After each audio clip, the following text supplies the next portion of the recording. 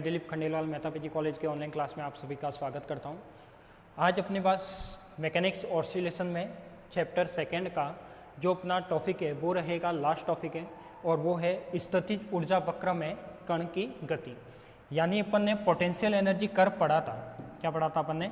Potential energy curve पढ़ चुके थे पहले वाली क्लास में।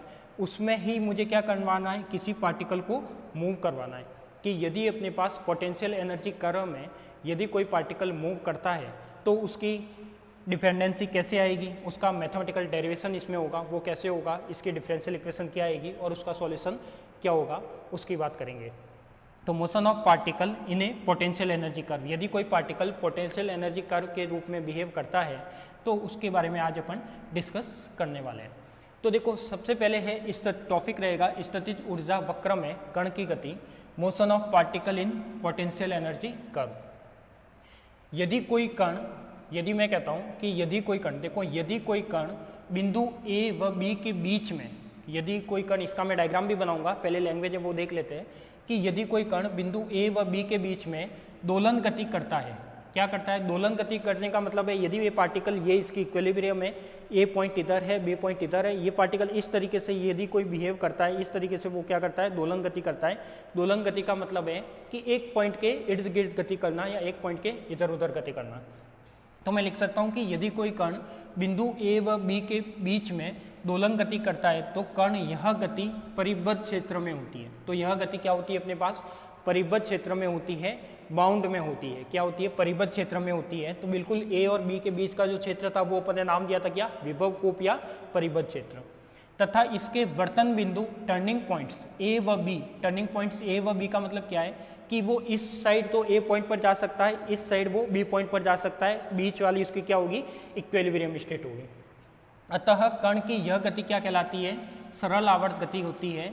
स्थितिज ऊर्जा वक्र में परिबद्ध क्षेत्र में यह कण की गति परवलय आकार की होती है। बिल्कुल परवलय आकार की होती है, क्योंकि जब भी मैं पार्टिकल को इस तरीके से, इसका डायग्राम में इस तरीके से बनाऊंगा, ये बनाऊंगा, तो मैं कह सकता हूं कि यह आपका कोई टर्निंग पॉइंट A है, ये टर्निंग पॉइंट B है। तो इसमें जो ये वाला इसका आकार होगा वो कैसा होगा? परवलय आकार का होगा। यानी कण की गति किस आकार में होगी? परवलय आकार में होगी। तो मैं कह सकता हूं कि कण की गति पैराबोलिक शेप में होगा। यदि कण की गति परिबद्ध क्षेत्र में नहीं हो, यदि कण की गति परिबद्ध क्षेत्र में नहीं हो, बाउंड नहीं हो, बाउंड नहीं होने का मतलब है ये पार्टिकल जैसे ऐसे आ रहा था, अब ऐसे न आने की बजाय वो ऐसे घूमने लग गया, ऐसे क्या करने लग गया? डांस करने लग गया। तो मैं कह सकता हूँ पार्टिकल यदि रियल में ऐसे आएगा, ऐसे जाएगा, पर्टिकुलर एक कंडीशन से चलेगा, तब तो वो क्या हो जाएगी? परवलय आकार में मूव करेगा और वो क्या होगी? आवर्त गति होगी, दोलन गति होगी, ऑसिलेट करेगा। यदि वो क्या कह रहा है कि यदि कोई कण की गति परिबद्ध क्षेत्र में नहीं हो, यानी कोई पार्टिकल बाउंड नहीं हो, तो वह सरल आवर्त गति नहीं होगी। और सरल आवर्त गति में कण की स्थितिज ऊर्जा क्या होती है? निम्न होती है। और निम्न में क्या होती है अपने पास? मुझे पता है कि वो स्थितिज ऊर्जा क्या होती है? F इक्वल टू माइनस का du/dx से अपन निकाल सकते हैं। ऐसे लिखा हुआ है, if a particle performs oscillatory motion between points A and B, then its motion of the particle occurs in the boundary region and its turning points. Turning points क्या होगा अपने पास? A और B are A and B. This motion of the particle is simple harmonic oscillator या simple harmonic motion. तो this particle is simple harmonic motion in the potential energy curve. This motion of the particle occurs in the boundary region. Speed is parabola. ये speed नहीं है, ये shape है। इसको सही कर देना आप। ये क्या है अपने पास? shape है। तो ये speed ना होकर क्या है अपने पास? shape है। shape is parabola shape, या ऐसे लिख सकते हो, speed is parabola shape if the motion of the particle is not in a bounded region then it will not will be simple harmonic motion. यदि वो बाउंडेड में है, नहीं है, तो वो सिंपल हार्मोनिक मोशन को शो नहीं करेगा। क्लियर? तो ये तो अपन ने सारा पढ़ रखा है। अपन ने पोटेंशियल वेल पढ़ा था इससे पहले वाली क्लास में, ये सारी चीज़ें उसमें देख रखी है। इसमें एक वर्ड आया परवलय आकार का, यानी जो भी पार्टिकल का मोशन होगा वो कैसा होगा? पैराबोलिक होगा। क्लियर? इतनी चीज़ इसमें ध्यान में रखनी है। इसका जो डायग्राम बनेगा वो डायग्राम कुछ इस टाइप का बनेगा। इसमें जो डायग्राम बनेगा वो डायग्राम कुछ इस टाइप का है।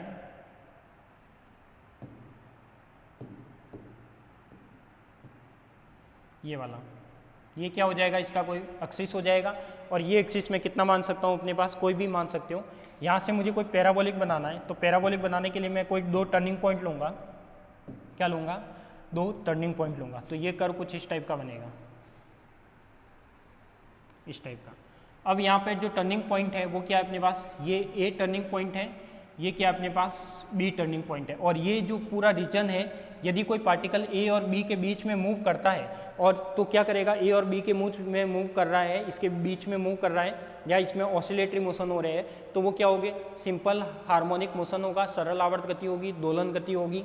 और इसमें जो इसका रीजन है क्या है, इसमें ये जो रीजन है ये क्या हो जाएगा अपने पास, इस टाइप से हो जाएगा, ये इसका अपना रीजन है, ठीक है।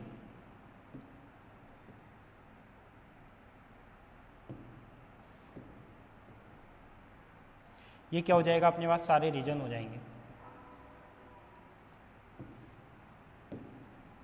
ये अपने पास क्या होगा, रीजन। तो ये जो ए और बी है ये क्या है अपने पास, टर्निंग पॉइंट है। क्या है अपने पास, टर्निंग पॉइंट। कौन सा, ए, और ये वाला भी क्या है अपने पास, टर्निंग पॉइंट है बी। ये भी क्या हो जाएगा, टर्निंग पॉइंट। ए और बी टर्निंग पॉइंट है, इसे हिंदी में बोलते हैं वर्तन बिंदु। क्या बोलते हैं, वर्तन बिंदु।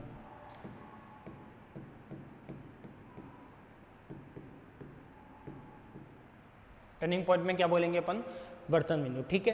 तो ये क्या हो जाएगा अपने पास, ए और बी हो जाएगा, और ये क्या कहलाएंगे अपने पास, वर्तन बिंदु कहलाएंगे। अब मैं क्या कर सकता हूँ, यहाँ पे अपन कह सकते हैं कि जो भी ये टर्निंग पॉइंट्स है, इन टर्निंग पॉइंट्स में अपन क्या करेंगे कि यदि कोई पार्टिकल इस तरीके से मूव करेगा तो देख लो इसका शेप कैसा दिख रहा है आपको, पैराबोलिक दिख रहा है। कैसा दिख रहा है, पैराबोलिक दिख रहा है। तो मैं लिख सकता हूँ कि यहाँ पे ये वाला इसका डायग्राम बनेगा, और इसमें ही अपन को क्या करना है, इसकी मैथमेटिकल डेरिवेशन करना है। तो ये अपन ने लिख चुका था। इसकी स्थितिज ऊर्जा कितनी होती है, तो मुझे पता है कि 1 डायमेंशनल में इसकी जो स्थितिज ऊर्जा होती है वो कितनी होती है अपने पास, U = 1/2 kx²। जब भी कोई पार्टिकल सिंपल हार्मोनिक मोशन करता है, सरल आवर्त गति करता है, जैसे कोई स्प्रिंग को खींचता हूँ मैं, कोई पार्टिकल है उससे m मास कोई बांधा हुआ है, उस स्प्रिंग को मैं खींचता हूँ तो उसकी अपन ने पोटेंशियल एनर्जी निकाली है, कितनी आती है, 1/2 kx²। तो kx उसका क्या होता है, डिस्प्लेसमेंट होता है। तो अपन ने निकाली थी पोटेंशियल एनर्जी। तो यहाँ पे क्या हो जाएगा अपने पास, इसकी जो पोटेंशियल एनर्जी होगी वो क्या होगी, स्थितिज ऊर्जा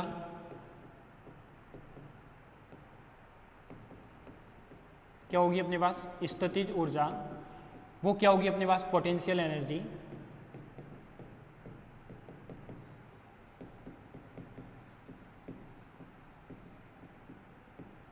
पोटेंशियल एनर्जी हो जाएगा अपने पास U = 1/2 kx²।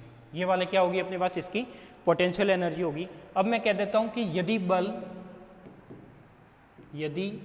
बल संरक्षी है,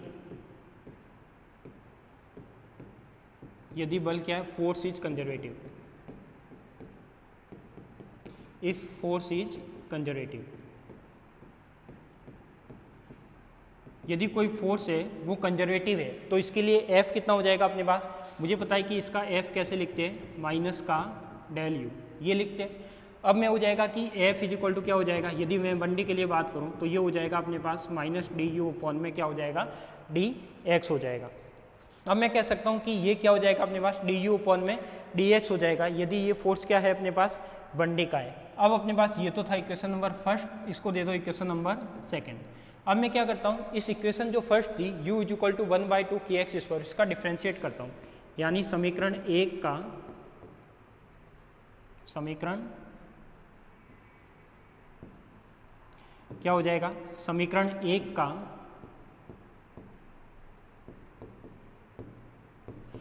x के सापेक्ष अवकलन करने पर, x के सापेक्ष अवकलन करने पर, तो ये कितना आएगा, यानी ये हो जाएगा differentiate with respect to x, differentiate with respect to x, क्या हो जाएगा, differentiate with respect to x।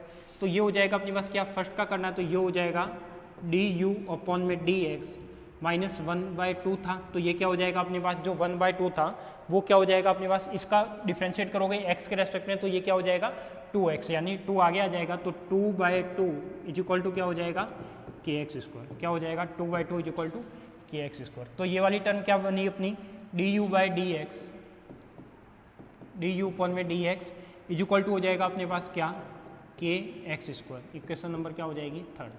तो फर्स्ट हो गया 1/2 के एक्स स्क्वायर, सेकेंड अपन ने ले लिया इसका फोर्स, और थर्ड इक्वेशन क्या आ गई अपने एक्स के रेस्पेक्ट में डेरिवेटिव करके क्या निकाली मैंने, वैल्यू निकाली। अब मुझे पता है कि जो रीस्टोरिंग फोर्स होता है, प्रत्यानयन बल होता है, वो कितना होता है।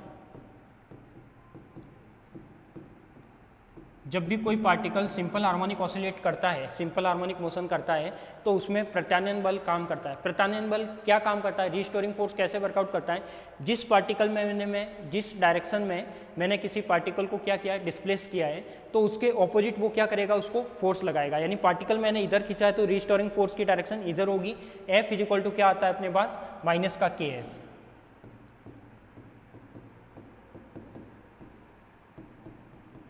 क्या आ जाएगा, restoring force F is equal to क्या आ जाएगा, माइनस का के एक्स। मुझे पता है कि न्यूटन्स के सेकंड नियम के according F is equal to क्या होता है, एम ए। क्या होता है, F is equal to M A. तो इसको मैं ऐसे लिख सकता हूँ, M A is equal to क्या हो जाएगा, माइनस का के एक्स। ए को मैं क्या लिख सकता हूँ, डी वी अपॉन में डी टी लिख सकता हूँ, या फिर मैं D two x by D T. यानी त्वरण कब मिलता है, जब किसी पोजीशन का 2 बार समय के रेस्पेक्ट में डेरिवेटिव करते हो। तो ये क्या हो जाएगा अपने पास, M D two x upon में क्या हो जाएगा, डी टी स्क्वायर, माइनस का क्या हो जाएगा, के बाई एक्स। तो ये वाली टर्म आ जाएगी। अब इस टर्म को थोड़ा सॉल्व करके लिखते हैं, तो ये वाली टर्म क्या हो जाएगी, M D two x upon में हो जाएगा D T square is equal to क्या था अपने पास, माइनस का के बाय एम एक्स। माइनस का क्या था अपने पास, के एक्स। ये वाली टर्म थी, एम को इधर भेज दो तो ये हो जाएगा डी टू एक्स अपॉन में क्या हो जाएगा, D T square is equal to हो जाएगा माइनस का के एम, और साथ में क्या हो जाएगा, एक्स। अब ये जो के बाय एम है, क्या है अपने पास, ये के बाय एम है, इसको मैं क्या लिख सकता हूँ, ओमेगा स्क्वायर। आप सभी को पता है कि जो के बाय एम वाली टर्म होती है वो क्या होती है, ओमेगा स्क्वायर, एंगुलर वेलोसिटी वाली टर्म होती है। तो ये क्या हो जाएगा, डी टू एक्स अपॉन में D T square is equal to हो जाएगा अपने पास ओमेगा स्क्वायर एक्स, किसमें, माइनस में। तो डी टू एक्स अपॉन में डी टी स्क्वायर प्लस का हो जाएगा omega square is equal to कितना, 0। तो ये क्या कहलाएगी, एक डिफरेंशियल इक्वेशन कहलाएगी। क्या कहलाएगी, डिफरेंशियल इक्वेशन कहलाएगी। तो मैं लिख सकता हूँ कि सरल आवर्त गति की अवकल समीकरण को व्यक्त करता है, यानी this equation is represent of simple harmonic motion. तो मैं लिख सकता हूँ कि ये वाली कौन सी टर्म है, तो मैं लिख सकता हूँ कि ये वाली टर्म कौन सी है, यह समीकरण, यह समीकरण सरल आवर्त गति की समीकरण है।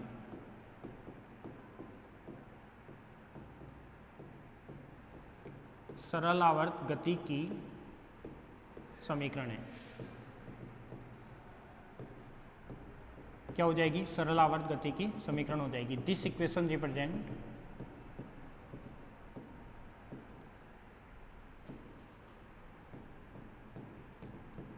Represent of simple harmonic motion, SHM।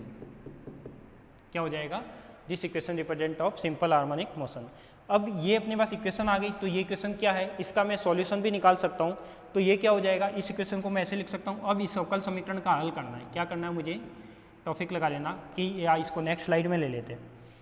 ये तो क्या हो गया अपने पास, एक अवकल समीकरण हो गई। तो ये तो क्या आ जाएगा कि जब भी कोई पेंडुलम, जब कोई पार्टिकल किसी इस पोटेंशियल एनर्जी कर्व में मूव करता है तो उसका शेप पैराबोलिक होता है, और वो एक सरल आवर्त गति होती है, सिंपल हार्मोनिक मोशन होता है। और सिंपल हार्मोनिक मोशन होगा तो ये उसकी क्या हो जाएगी, डिफरेंशियल अवकल समीकरण हो जाएगी।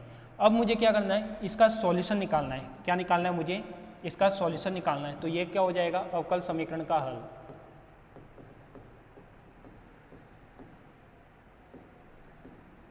क्या हो जाएगा, अवकल समीकरण का हल। अवकल समीकरण के हल में यानी सॉल्यूशन ऑफ डिफरेंशियल इक्वेशन।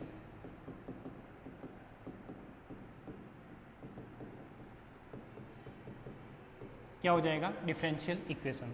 और डिफरेंशियल इक्वेशन में क्या हो जाएगा अपने पास, तो ये वाली टर्म हो जाएगी क्या, डिफरेंशियल इक्वेशन। तो डिफरेंशियल इक्वेशन में टर्म क्या आती है अपने पास, डी टू एक्स अपॉन में डी टी स्क्वायर प्लस का हो जाएगा omega square x is equal to 0। ये क्या हो जाएगी, डिफरेंशियल इक्वेशन हो जाएगी। अब डिफरेंशियल इक्वेशन में मुझे पता है कि ये क्या करता हूँ मैं, डी टू एक्स अपॉन में डी टी स्क्वायर प्लस का omega square x is equal to क्या हो जाएगा, 0। अब मैं इसमें करूँगा, इसको सॉल्व करते हैं तो इसमें 2 d X by D T से दोनों साइड गुणन करता हूँ, मतलब पहले इसको इधर भेज देंगे गुणन करने पर, तो मुझे पता है कि देखो ये वाली टर्म क्या आ जाएगी, डी टू एक्स अपॉन में क्या हो जाएगा, डी टी स्क्वायर, ये वाली टर्म तो थी 2, यहाँ पे हो जाएगा अपने पास डी एक्स अपॉन में D t is equal to क्या हो जाएगा अपने पास 2 डी एक्स अपॉन में डी टी, यहाँ पे हो जाएगा ओमेगा स्क्वायर एक्स और यहाँ क्या आ जाएगा माइनस, इसको इधर भेजेंगे और इसको मल्टीप्लाई करेंगे। तो इसमें ये करो कि ये टर्म जो मल्टीप्लाई की है वो हमेशा पहले लिखते हैं, तो मल्टीप्लाई करके क्या आ जाएगा 2 डी एक्स अपॉन में डी टी और ये हो जाएगा डी टू एक्स अपॉन में क्या हो जाएगा डी टी स्क्वायर, ये वाली क्या आ जाएगी टर्म आ जाएगी। अब क्या मैं इस टर्म को ऐसे लिख सकता हूँ क्या, कैसे, डी बाई डी टी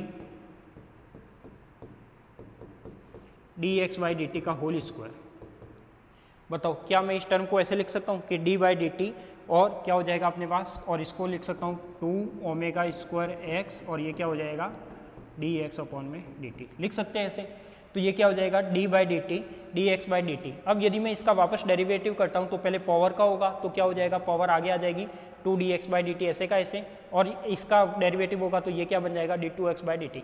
यानी इस टर्म का यदि मैं डिफ्रेंशिएट करूँगा तो वापस ये टर्म मिलेगी, इसका मतलब मैं इस टर्म को इसके फॉर्म में लिख सकता हूँ। क्या करता हूँ मैं, इस टर्म को इसकी फॉर्म में लिख सकता हूँ। अब मुझे क्या करना है, यदि इस माइनस को इधर भेज दो, क्या भेज दो अपने पास, इस माइनस को तो रहने दो, उधर भेजने की जरूरत है नहीं। ये वाली जो टर्म आएगी, ये वाली जो टर्म आएगी, इसमें मैं क्या करूं, दोनों साइड इसका समाकलन कर दूं। तो समाकलन करूं तो क्या आएगा,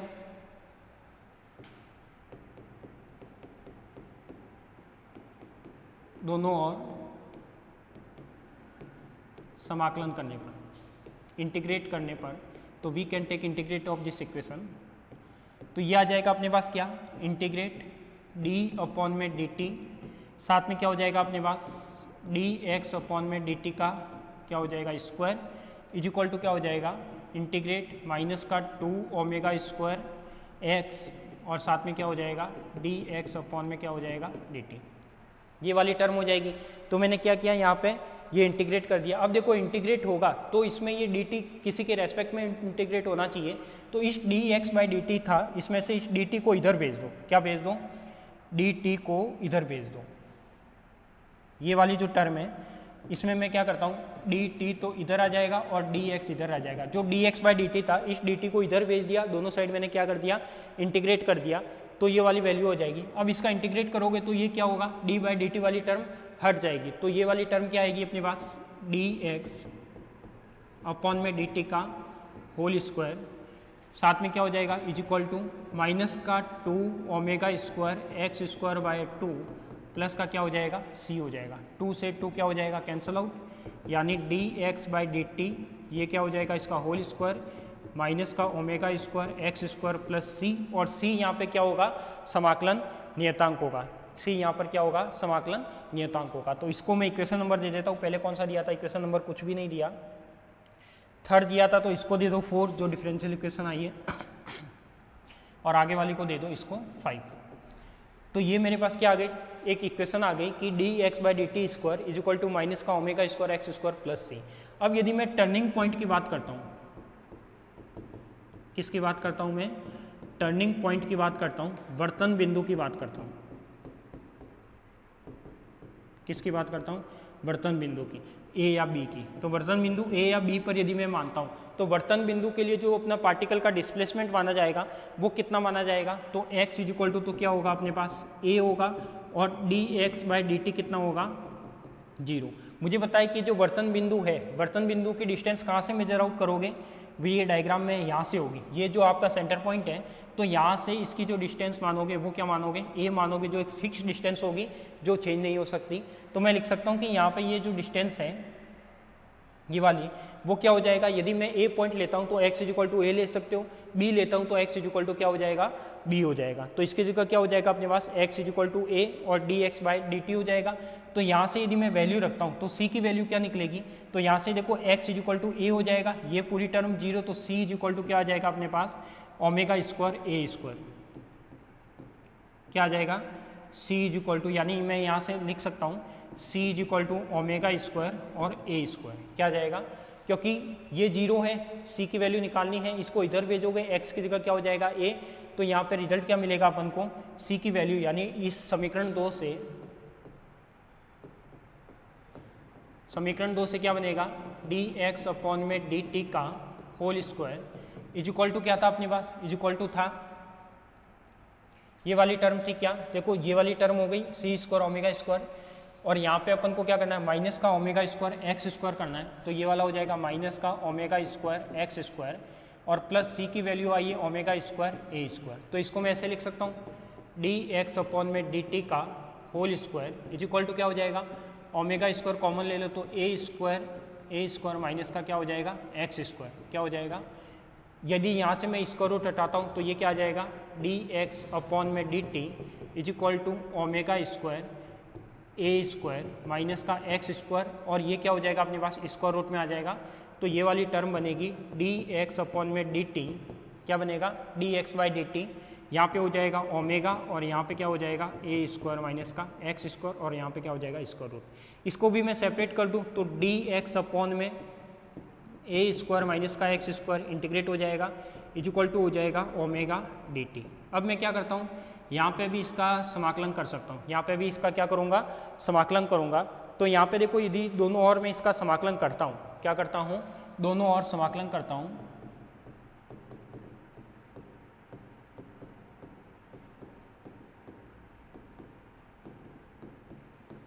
दोनों ओर समाकलन करने पर यानी दो बोथ साइड में क्या करना है इंटीग्रेट करना है, तो ये क्या हो जाएगा अपने पास डी एक्स ए स्क्वायर माइनस का एक्स स्क्वायर का स्क्वायर रूट आ जाएगा इज इक्वल टू क्या हो जाएगा अपने पास ओमेगा डी टी हो जाएगा, ये वाली टर्म हो जाएगी।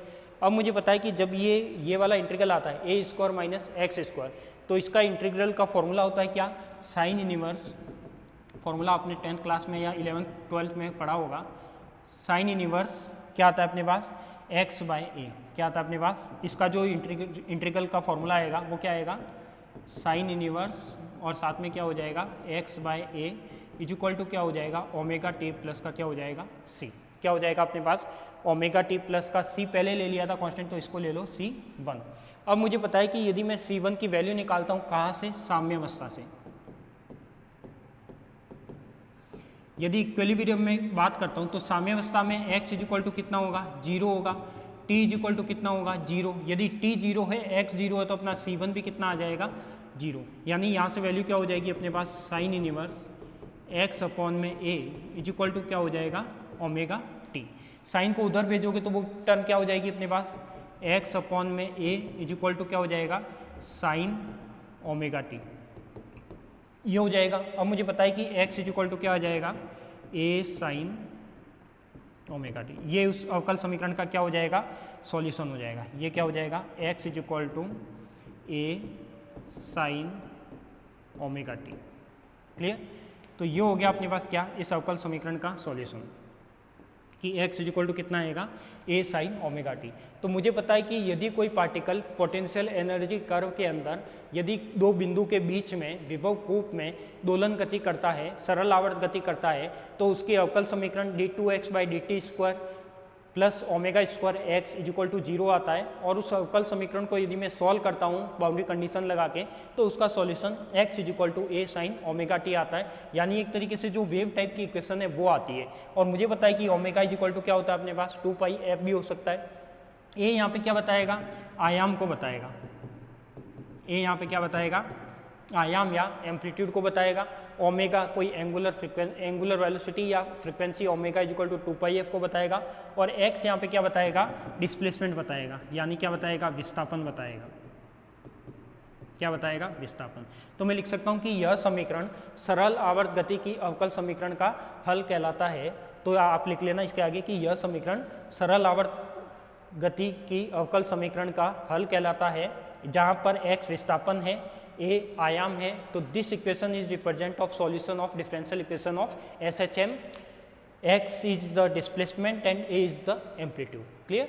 तो ये तो था अपने पास क्या इसका डेरिवेशन, तो अपन ने ये वाला डेरिवेशन पूरा किया जिसमें x is equal to a sine omega T अपन ने टर्म लाई है। देखो इसको एक बार मैं वापस एक्सप्लेन कर रहा हूँ।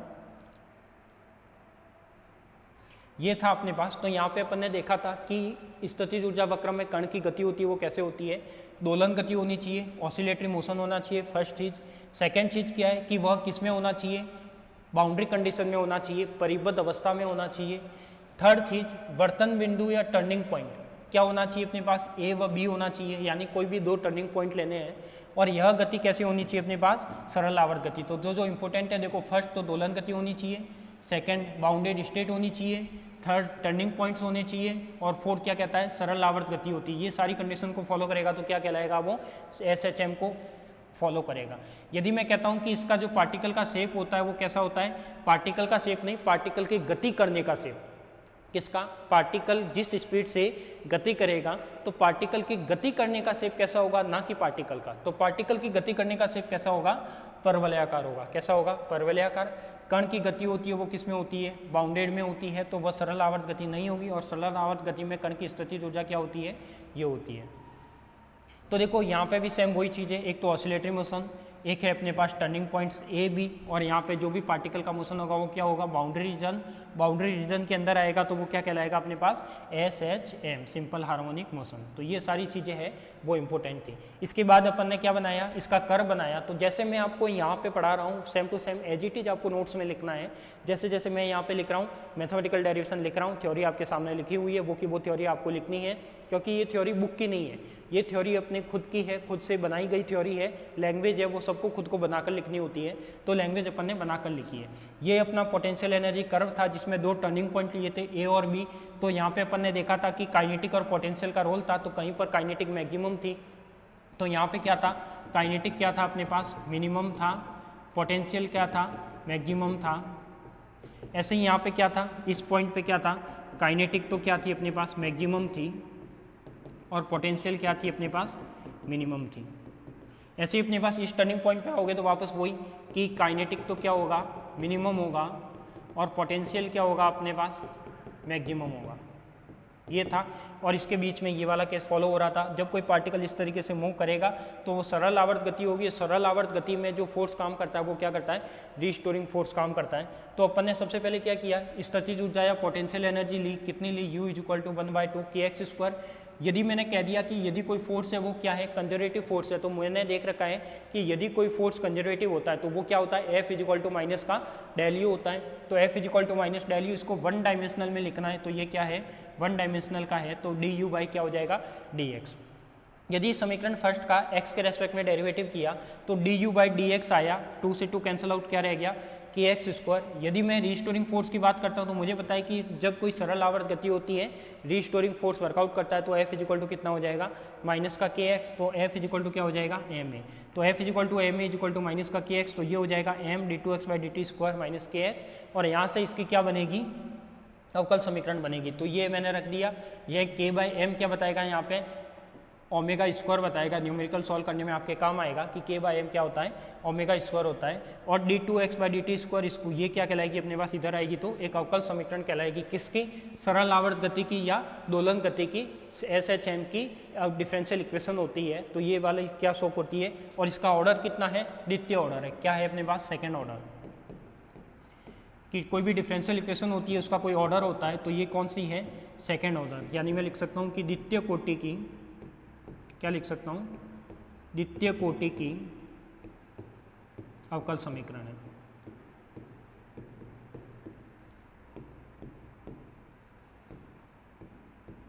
द्वितीय कोटि की अवकल समीकरण है, क्लियर। इसके बाद अपन ने क्या किया, इसका सॉल्यूशन निकाला। फिर मैंने इसका क्या निकाला, सॉल्यूशन निकाला कि अवकल समीकरण का हल क्या आएगा। तो ये अवकल समीकरण थी, इसमें मैंने 2dx/dt का बोथ साइड में मल्टीप्लाई कर दिया, इसको इधर लेके मल्टीप्लाई करना है। तो मैंने बोथ साइड में क्या कर लिया, ये वाली टर्म ऐसे की ऐसे थी, ये वाली ऐसे की ऐसे थी, दोनों साइड में मैंने 2dx/dt का मल्टीप्लाई कर दिया। ये उधर जाएगी तो माइनस में आएगी, इसलिए क्या आएगा, माइनस। तो ये वाली टर्म हो जाएगी अपने पास, ये वाली टर्म दोनों, और मैंने क्या कर दिया, इसका इंटीग्रेट कर दिया। तो ये वाली टर्म हो जाएगी अपने पास ये d/dt, dx/dt का स्क्वायर dt माइनस 2ω² dx। अब मुझे क्या करना है, dx/dt का स्क्वायर था, अब ये वाली टर्म क्या हो गई, माइनस का 2ω² x²।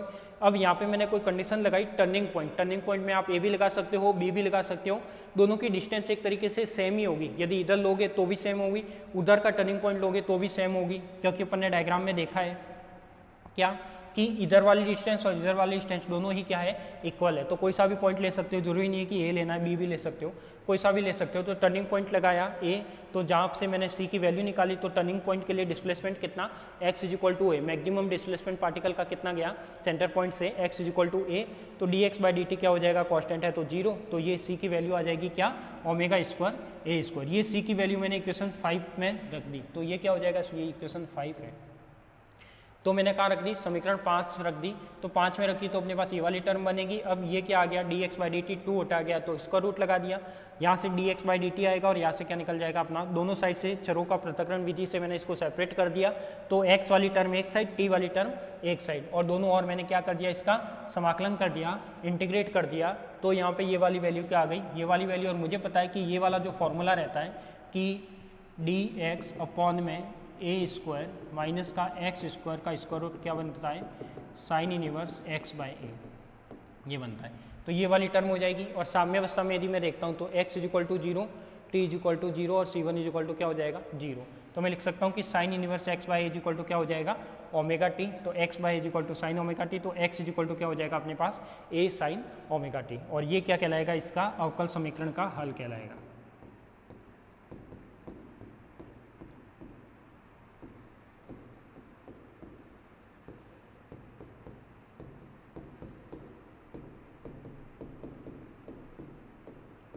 अवकल समीकरण का क्या कहलाता है, हल कहलाता है। तो यहाँ पर अपना चैप्टर का लास्ट टॉपिक था। तो यहाँ पर क्या होता है, अपना चैप्टर 2 यूनिट नंबर 1 का कंप्लीट होता है। अब इसके कुछ न्यूमेरिकल क्वेश्चन है। तो आपको पता होगा कि फिजिक्स में जितनी थ्योरी का रोल है उससे कई गुना ज़्यादा न्यूमेरिकल क्वेश्चन का भी इंपॉर्टेंस रहता है। तो अपन ने जितने भी टॉपिक इस चैप्टर में कवर किए हैं, जो भी आपके सिलेबस में थे, वो सारे टॉपिक कवर किए। तो अपने 2 चैप्टर कंप्लीट हो चुके यूनिट 1 में। फर्स्ट था फ्रेम ऑफ रेफरेंस निर्देश तंत्र वाला, सेकेंड था संरक्षक बल कंजर्वेटिव नॉन कंजर्वेटिव फोर्स का। अब थर्ड आएगा अपने पास कोरियोलिस फोर्स। तो बहुत ही शानदार चैप्टर है कोरियोलिस फोर्स, और बहुत ही स्ट्रेंथिंग क्या है अपने पास, बहुत ही इंटरेस्टिंग चैप्टर है। क्योंकि उसमें क्या होता है, पृथ्वी घूमती है, हम सभी जानते हैं कि अर्थ रोटेट करती है।